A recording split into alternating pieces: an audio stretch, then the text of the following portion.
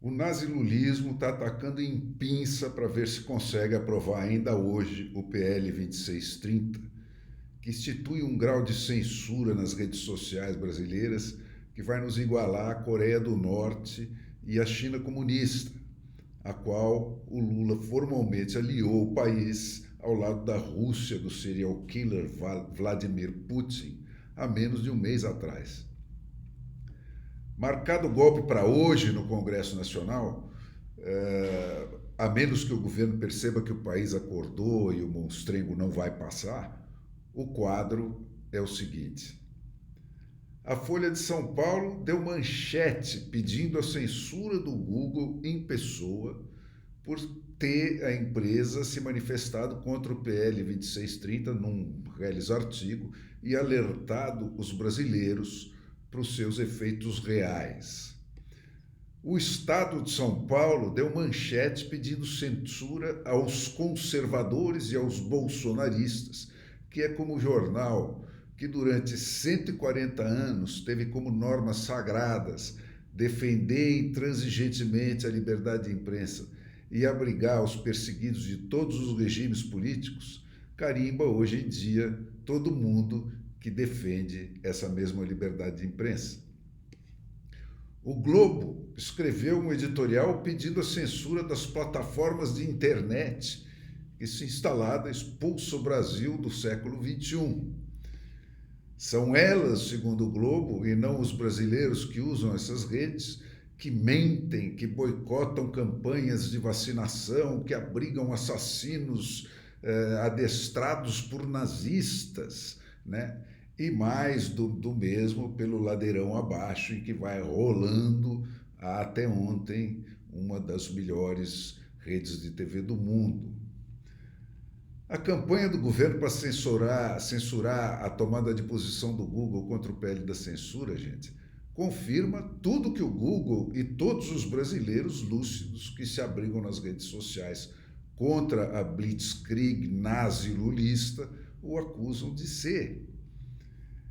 E quanto aos abusos das redes contra os seus usuários, que de fato existem, né, o governo nazi-lulista se limita não a propor extinguir esses abusos, nos termos em que discute o problema o mundo civilizado, né, mas para estatizar esse abuso e abusar só ele de cada um de nós, né, enquanto tenta confundir mais esse golpe com as manobras de defesa da individualidade da democracia do mundo civilizado, né, do qual, lembro mais uma vez, ele acabou de se divorciar formalmente nas recentes viagens que fez à China comunista e à Rússia. Aprovar o decreto da censura seria, como todo o resto das reformas e dos revogaços do nazilulismo, né, legalizar a posteriori os crimes que ele já pratica. Ontem mesmo, gente, no melhor estilo mafioso, a Polícia Federal do Flávio Dino invadiu a casa da mulher do Daniel Silveira às 6 horas da manhã com fuzis em riste, né? Reviraram os quartos, inclusive o da filha do deputado, batendo nos armários, nas paredes e no chão, como se procurassem passagens secretas ou esconderijos de joias e pedras preciosas, né? Eu me senti uma criminosa, disse ela, né? A mulher que, apenas por ser esposa do perseguido da máfia, está totalmente impedida de trabalhar como advogada e com todas as suas contas bloqueadas. Eu estou totalmente impossibilitada de exercer a minha profissão, foi a declaração dela. A verdade, gente, a única reivindicação justa, pertinente que o PT poderia fazer à justiça sobre o 8 de janeiro é a de ausência de pagamento de direitos autorais, porque não petistas usaram pela primeira vez, né, o tradicional estilo de manifestação que ao longo dos últimos 40 anos se tornou sinônimo de petismo, marca registrada do petismo, como tão carecas de saber, aliás, né, todos os brasileiros, especialmente os juristas e os jornalistas profissionais. Na semana passada, gente, o ministro Nunes Marques deu uma aula de primeiro ano de direito aos seus colegas do Supremo Tribunal Federal na avaliação desse inquérito 4.921, que é o que vai julgar os brasileiros presos pelas manifestações na Praça dos Três Poderes.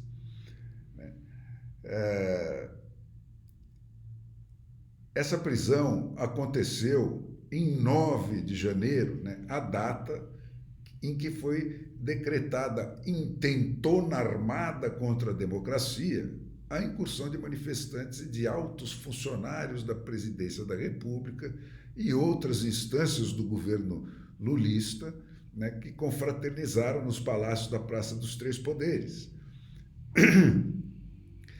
Ele registrou que esses brasileiros foram presos em massa, só e exclusivamente porque se encontravam na frente do quartel-general de Brasília no dia seguinte, 9 de janeiro.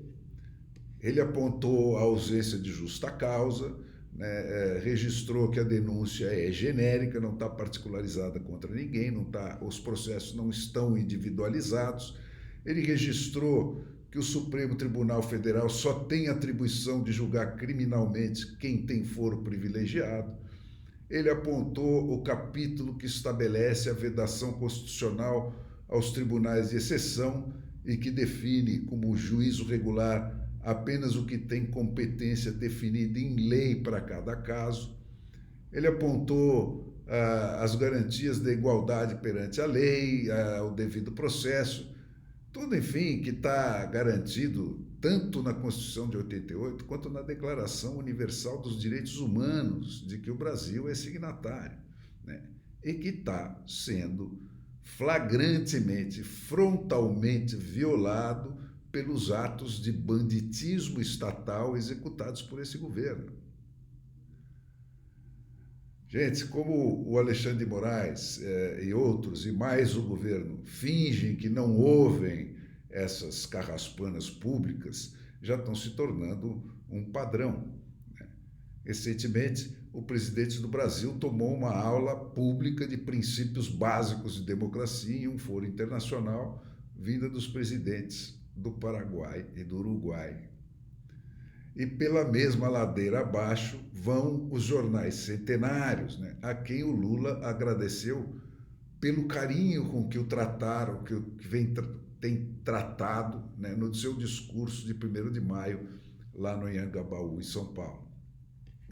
Também esses têm tomado lições diárias de princípios básicos do jornalismo, dessa nova imprensa que o distinto público vai estabelecendo na internet e que, por isso mesmo, ela quer calar. A ordem dos fatores, aliás, gente, é a inversa, né? O Supremo Tribunal só pode agir como age porque a imprensa, guardiã dos direitos difusos da cidadania, se suicidou. E o presidente do Brasil só precisa tomar lições públicas de democracia do Paraguai e do Uruguai na frente dos presidentes do mundo civilizado inteiro, porque o Supremo Tribunal Federal, guardião da Constituição que garante a nossa democracia, também se matou. Gente, da profundidade a que nós chegamos, terminando apenas o 4º mês da Blitzkrieg nazi-lulista, a única dúvida que persiste é se será ou não possível resgatar a democracia violentada do Brasil sem termos de passar por um banho de sangue.